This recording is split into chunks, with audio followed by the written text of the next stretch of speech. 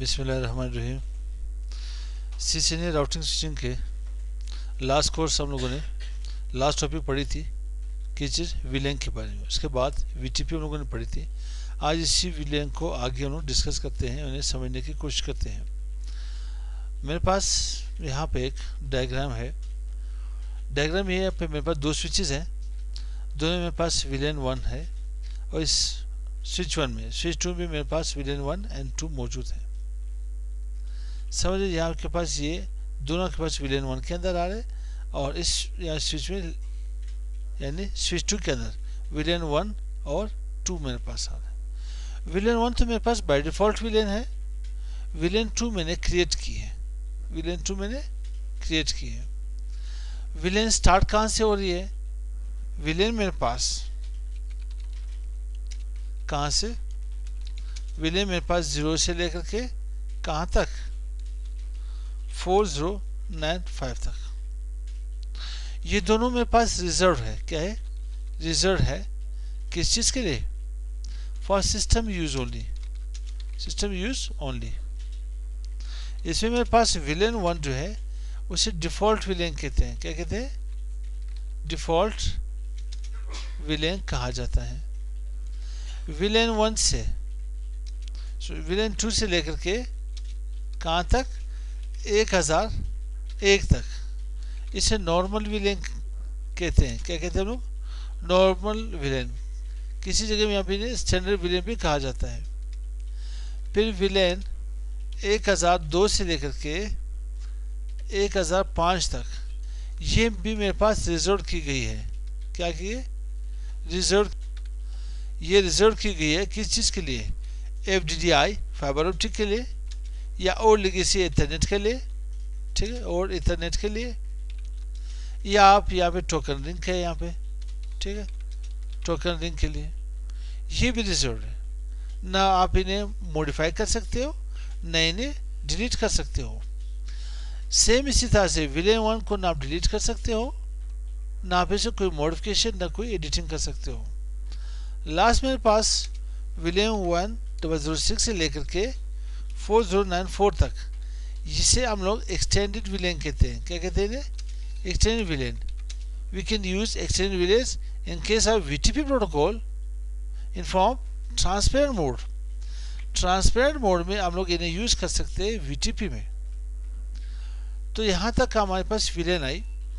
अब सीन ये है कि मेरे पास यहाँ पे डिफरेंट नेटवर्क होंगे। जब डिफरेंट सबनेट होंगे तो डिफरेंट नेटवर्क होंगे आपके पास। अब ब्रॉडकास्ट भी चेंज होंगे।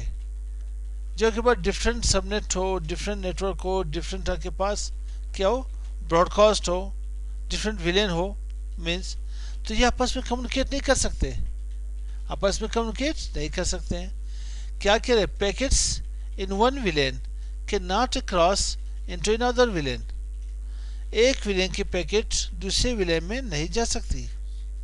अपनी वीलैन को क्रॉस करके किसी और वीलैन में वही पैकेट नहीं जा सकती। फिर क्या है? Transport packets between VLANs you must use layer 3 device. अगर आप कहना चाह रहे हो कि मैं एक वीलैन से दूसरे वीलैन में अपना डेटा सेंड करूँ, पैकेट सेंड करूँ, पैकेट वहाँ पे ट्रांसफर कर लूँ, तो आपको लेयर 3 डिवाइस की जरूरत पड़ेगी। किस चीज़ की? लेयर 3 डिवाइस की आपको जरूरत पड़ेगी। उसके बाद क्या है मेरे पास? The router must have physical और logical connection to each VLAN so that it can forward packets between them. आपके पास क्या है? राउटर क्या है? राउटर का अगर किसी स्विच के साथ लिंक हो तो मस्ट भी आप तो कोई अभी लॉजिकल कनेक्शन होनी चाहिए या कोई फिजिकल कनेक्शन होना चाहिए। लॉजिकल कनेक्शन बता सकते हो वायरलेसली, वायरलेसली कनेक्शन की बात हो रही है, एड्रेस की बात नहीं हो रही है, ठीक है। फिजिकल कनेक्शन कोई भी मीडिया आप लगा सकते हो, ट्विस्टेड पेयर, फाइबर ऑप्टिक, ठीक है। फिर यहाँ पे क्या हुआ कि आप लोग फिर आपस में पैकेट्स शेयर कर सकते हो, एक दूसरे को क्या फॉरवर्ड कर सकते हो, सेंड कर सकते हो। इस प्रोसेस को कहते हैं इंटर वीलैन राउटिंग। इन्हीं विलेंस के दरमियान हम लोग को एक दूसरे को क्या क्या राउट कर रहे हैं, एक दूसरे को अपने पैकेट सेंड कर रहे हैं, एक दूसरे के साथ कम्युनिकेट कर रहे हैं, नेगोशिएशन कर रहे हैं, बातचीत कर रहे हैं. This is known as inter VLAN routing. Inter-VLAN routing can be performed by external routers that connects to each of the VLANs on a switch. एक एक्सटर्नल राउटर की जरूरत पड़ेगी, ना हो लेयर 3 स्विच की जरूरत पड़ेगी. अभी हम लोग देखते हैं कि इंटर-VLAN राउटिंग हम लोग कितने तरीकों से परफॉर्म कर सकते हैं, बना सकते हैं.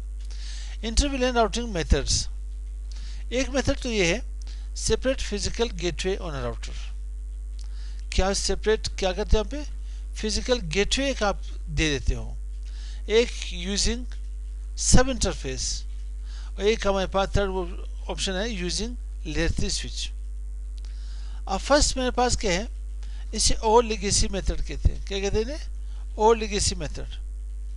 अब इसमें जितने विलेंस होंगे उतने इंटरफेसेस की यहाँ पे जरूरत पड़ेगी. मुझे 3 विलेन हुए तो मुझे राउटर में 3 इंटरफेस की जरूरत पड़ेगी. 4 विलेन हो गए तो 4 की, 10 हो गए तो 10 में. तो इतने इंटरफेसेस तो नहीं लगा सकते राउटर में. राउटर में इंटरफेसेस कम होते हैं बनिस्बत स्विचेस के. राउटर मेरे पास लेयर 3 की डिवाइस है, स्विच मेरे पास लेयर 2 की डिवाइस है. तो ये मेरे पास क्या है, ये जो राउटर में 3 एड्रेसेस होंगे वो एज ए गेटवे काम करेंगे. फिजिकल गेटवे, हर एक के लिए अलग अलग लाइन है नहीं, हर एक के लिए फिजिकल लिंक मैंने दी है. फिजिकल गेटवे से कहते हैं. और ये लॉजिकल गेटवे हम यहाँ पे परफॉर्म कर सकते हैं. एक ही फिजिकल लिंक हो, इसमें हम लोग सब इंटरफेसेस बनाते हैं. कितने सब इंटरफेसेस, एक ही फिजिकल लिंक हो, इनमें हम लोग इसी लिंक के अंदर, चाहे के पास फास्ट इथरनेट 0x0 हो, आप इसके सब इंटरफेसेस में जाकर के यहाँ क्या लॉजिकल गेटवे एड्रेसेस असाइन कर सकते हो. तो इसे यूजिंग सब इंटरफेसेस कहते हैं. एक है यूजिंग लेयर 3 स्विच, हम लोग MLS स्विच, इसे MLS स्विच भी कहते हैं, multi layer switch. MLS switch के ऊपर भी आप लोग इंटर-VLAN राउटिंग परफॉर्म कर सकते हो.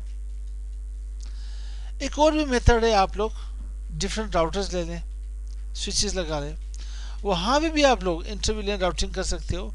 लेकिन उसमें आपको एक राउटिंग प्रोटोकॉल असाइन करना पड़ेगा.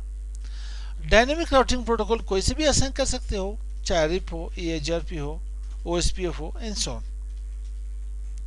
तो फिलहाल हम लोग इन्हीं 3 को देखते हैं. जिसकी मैं बात करता 4th वन की, वो ऑलरेडी मैंने वही लैब बनाई है. चैनल के ऊपर आप लोगों ने चेक कर सकते हो, ठीक है, देख सकते हो CCA एकेडमी के चैनल के ऊपर.